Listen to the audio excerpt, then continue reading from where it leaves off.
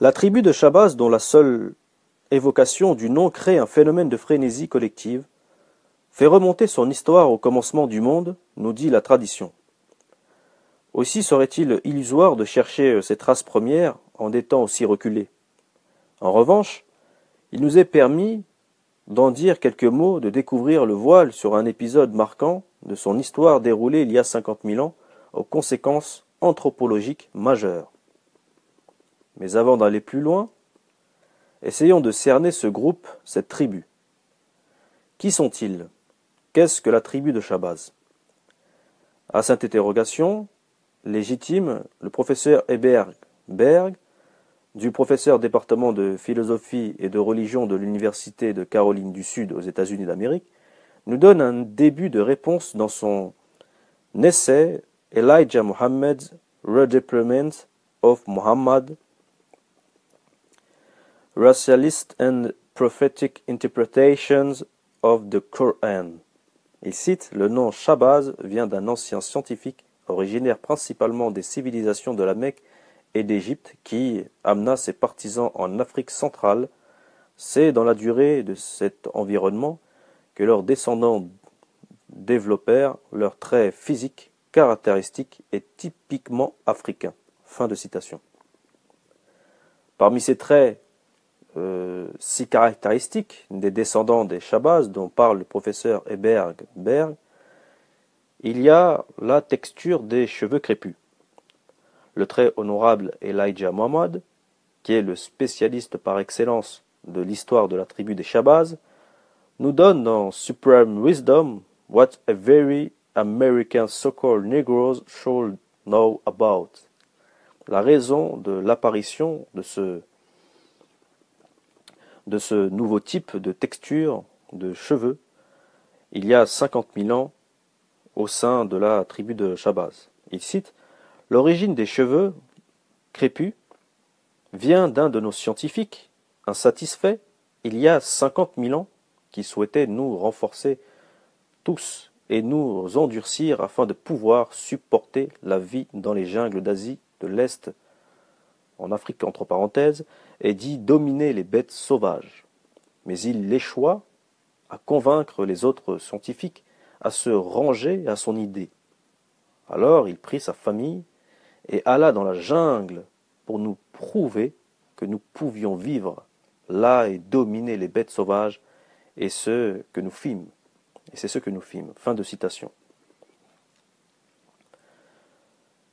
Pour l'explication du processus génétique qui a conduit aux cheveux crépus des descendants Shabazz, nous invitons les lecteurs à consulter notre publication, donc autrement la lecture audio de Lettre à Amina sur les cheveux crépus, qui trace un chemin en s'appuyant sur les dernières avancées dans le domaine génétique.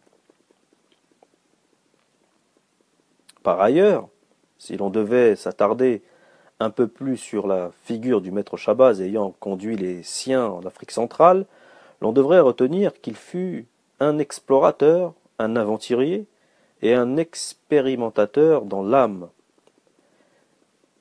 C'est que les textes, en plus de nous informer sur le trait que le maître Shabazz était un brillant scientifique,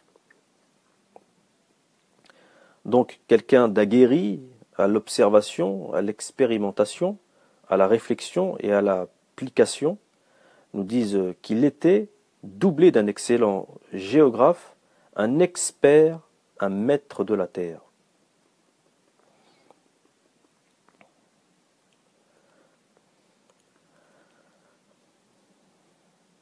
C'est là une tradition millénaire des Shabazz, de ce que nous ont dit Abdul Noor dans The Supreme Understanding, the Teaching of Islam in North America, qui, à la question numéro 12, quelle est la signification de la tribu de Shabazz, répond: nous, les Shabazz, étions les premiers à créer les civilisations le long du Nil, du Gange et de la sainte cité de la Mecque. Fin de citation.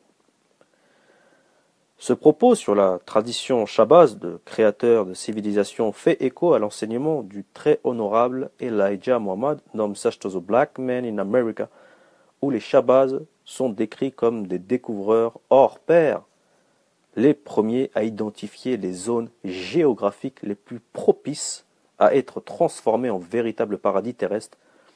Nous citons: nous, la tribu de Shabazz, dit Allah, Dieu, sommes les premiers à avoir découvert la meilleure partie de la terre où vivre, la riche vallée de l'Égypte et l'actuel emplacement de la sainte cité de la Mecque en Arabie.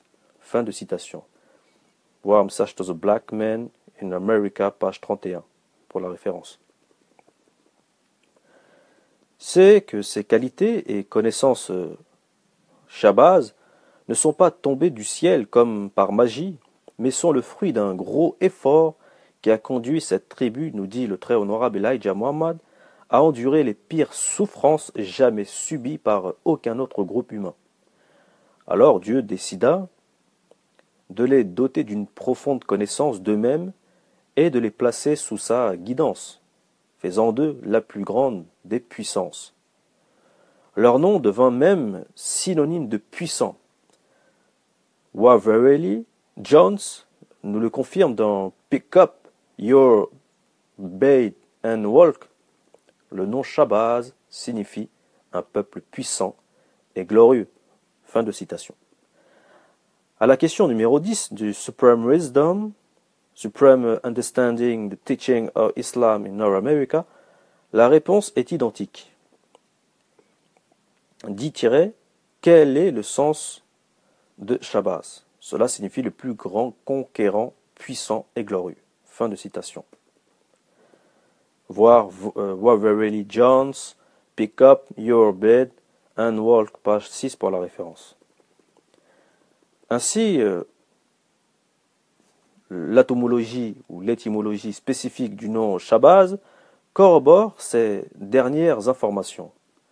Car dans cette étude atomologique, le terme Shabazz est identifié comme le fruit d'une tripartition phonétique, voire Sha plus Ba plus Az, ce qui signifie en Medunetcher, au commencement était la spiritualité, l'autorité spirituelle et la royauté.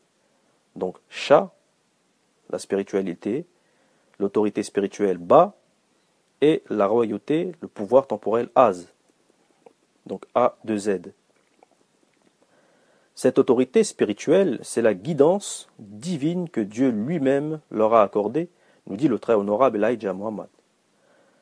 Et ce pouvoir temporel, c'est cette puissance dont ils ont hérité de Dieu lui-même, faisant d'eux des nobles, des rois et des reines, des glorieux, des vénérables Mennéfères, et du Nord par exemple, détenteurs et possesseurs du sacerdoce et du trône ancestral.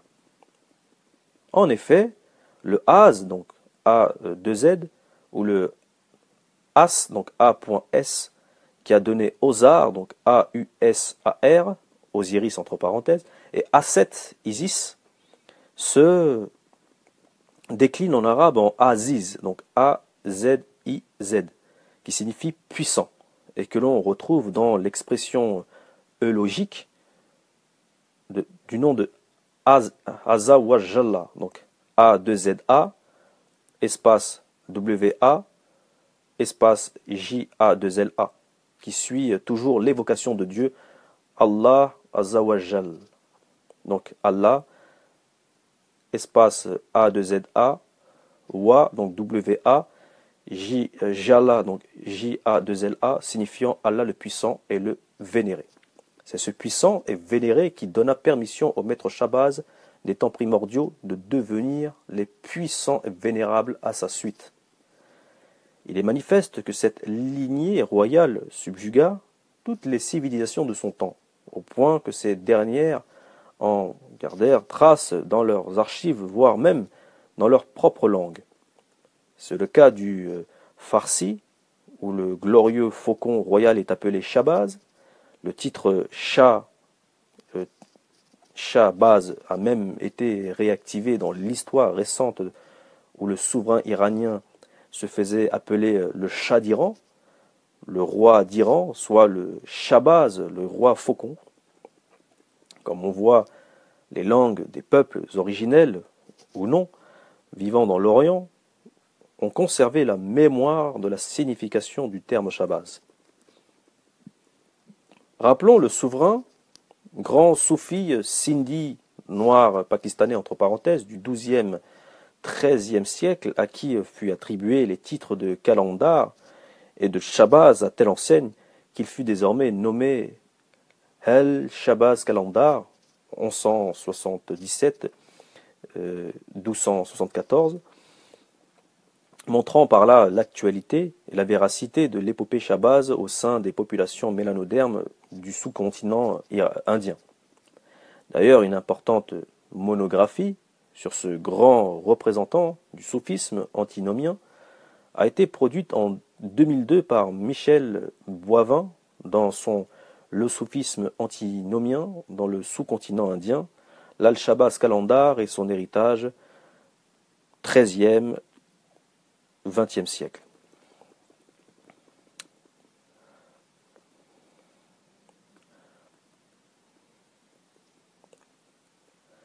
C'est encore le soufisme qui emploie l'expression Shahbaz ar-Ruh. Donc Shahbaz, I-R-U-H pour Ruh. Shahbaz égale noble, Ruh égale esprit, entre parenthèses. Pour parler du noble esprit évoqué dans le verset 4 de la sourate Al-Marij, les voies de l'ascension, sourate 70 du Saint-Coran, il est dit « Vers lui montent les anges et l'esprit en un jour dont la durée est de 50 000 ans. » Fin de citation. Aussi, pour identifier ce maître Shahbaz qui vécut il y a 50 000 ans, ce roi faucon qui s'établit définitivement en Afrique centrale, il nous faut nous référer aux documents égypto-nubiens les plus anciens, ceux qui nous renvoient à une histoire qui précède de 7210 ans celle des Vénérables du Nord et des Vénérables de Mennefer, donc qui renvoie à l'année 48 070 ans avant Jésus-Christ. Le calcul de cette date s'étant effectuant à partir de l'an 1930, date à laquelle le très honorable Elijah Muhammad reçut de maître Fard Muhammad l'enseignement sur ces Shahbaz, épisode de l'histoire des Shahbaz, il y a 50 000 ans, 50 000 moins, si l'on fait le calcul 50 000 moins 1930 est égal à 48 070 ans.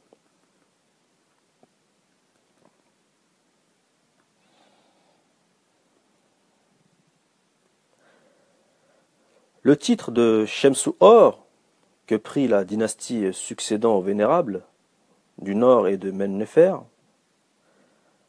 Memphis entre parenthèses, traduit une réalité historique, à savoir que ses suivants d'Héru, Horus entre parenthèses, sont postérieurs au roi Faucon, Héru lui-même nétaire de cette tribu africaine. C'est par déférence, respect et probablement filiation généalogique, du moins spirituelle, que cette dynastie des Shemsu-Or se réclama du maître Shahbaz de l'époque de la grande migration. De même, les titres de vénérable égale glorieux, donc Shahbaz entre parenthèses, du Nord, et de Mennefer, nous indiquent que ces derniers sont une branche, une colonie, dans le sens ancien du terme. De la souche mère des vénérables, Shahbaz entre parenthèses, qui devait donc être plus au sud que Mennefer.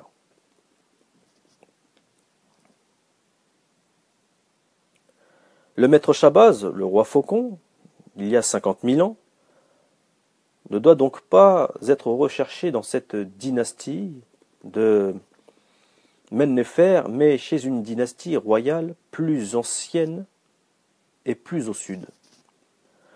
Or, les textes égypto-nubiens nous apprennent que parmi tous les Nétéros, le plus ancien d'entre tous, qui précèdent les règnes des Vénérables du Nord et de Mennefer, des Shemsu-Or et de Narmer, et Bès, donc B-E-S, Albert Schweitzer, dans Chains and the Symbols of Primordial Main, confirme dans cette position, puisqu'il dit, je cite, « En Égypte, le plus ancien de tous les dieux était Bès ». Fin de citation. Le professeur Molefi Kete Asante, père de l'afrocentricité, dans son livre Spray Masters, An Introduction to African Religion, commis en étroite collaboration avec Ameka Noa Diora, place également Bès parmi les divinités les plus anciennes. Je cite, « Les noms de Bès et d'Osset, Isis en grec, sont parmi les plus anciens noms de divinités au monde. » Donc, fin de citation. Voir Molefi Kete Asante, Ameka Noa Diora, Spray Masters in Introduction to African Religion, page 1, University Press of America, 2007, pour la référence. Son ancienneté est telle dans l'histoire égypto-nubienne que les textes en font même une figure précédant les différentes formes de Ptah, le fils d'Atum, le dieu incré, comme nous informe Gérald Massey dans Ancient Egypt, The Light of the World, a work of reclamation and restitution in 12 books. En vérité, Bès Horus est la première forme du pygmée Ptah. Fin de citation. Betty M. A. Delson dans The Lives of Dwarfs, Their Journey from Public Curiosity Toward Social Liberation, insiste un peu plus sur la relation organique liant Bès et Ptah,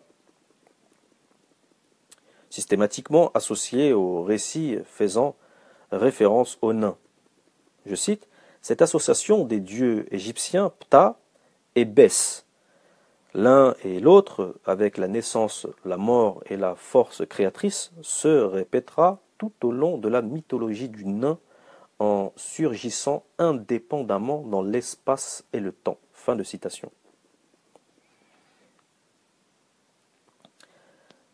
Si les plus anciennes images de Bès dans l'iconographie égyptienne remontant au Moyen Empire, la première mention écrite se référant explicitement à lui et à chercher dans les textes des pyramides, nous dit Sir E. A.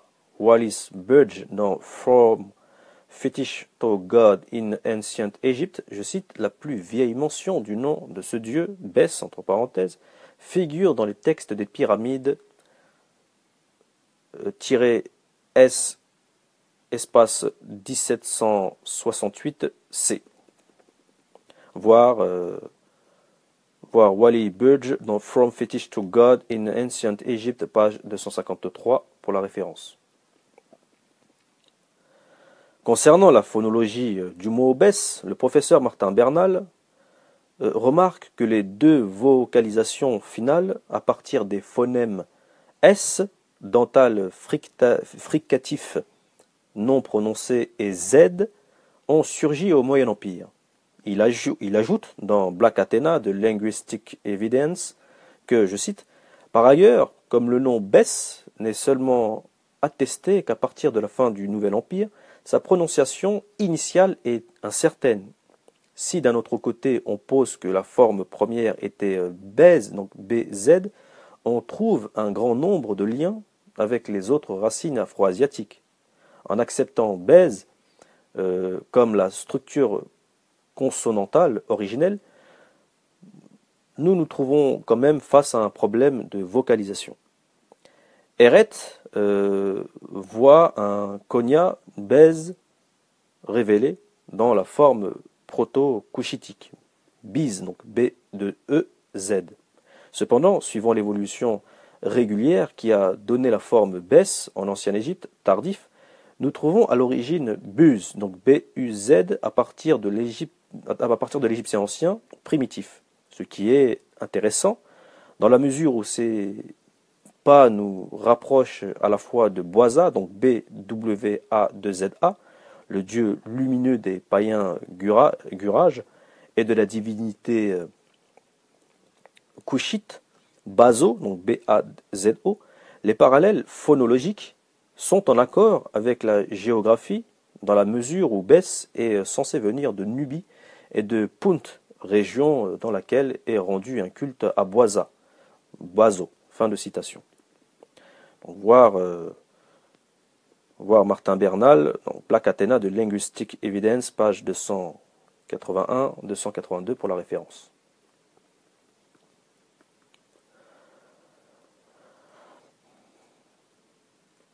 À suivre donc les avancées linguistiques, la prononciation Bess utilisée par les égyptologues serait impropre. On devrait plutôt dire base, donc B-A-2-Z, bazo, B-A-Z-O, ou encore boisa, donc B-W-A-2-Z-A. La spécificité de chaque langue ayant été influencée ou mise en contact avec l'épopée des maîtres Shabazz a conduit à des modifications phonétiques de type métaplasmique dans ces différentes langues. Pour les uns, ce serait l'apocope.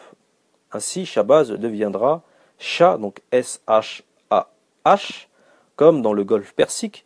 Pour les autres, ce sera la Férèse, ainsi Shabazz devenant Baz, B-A-2-Z, comme en Afrique centrale.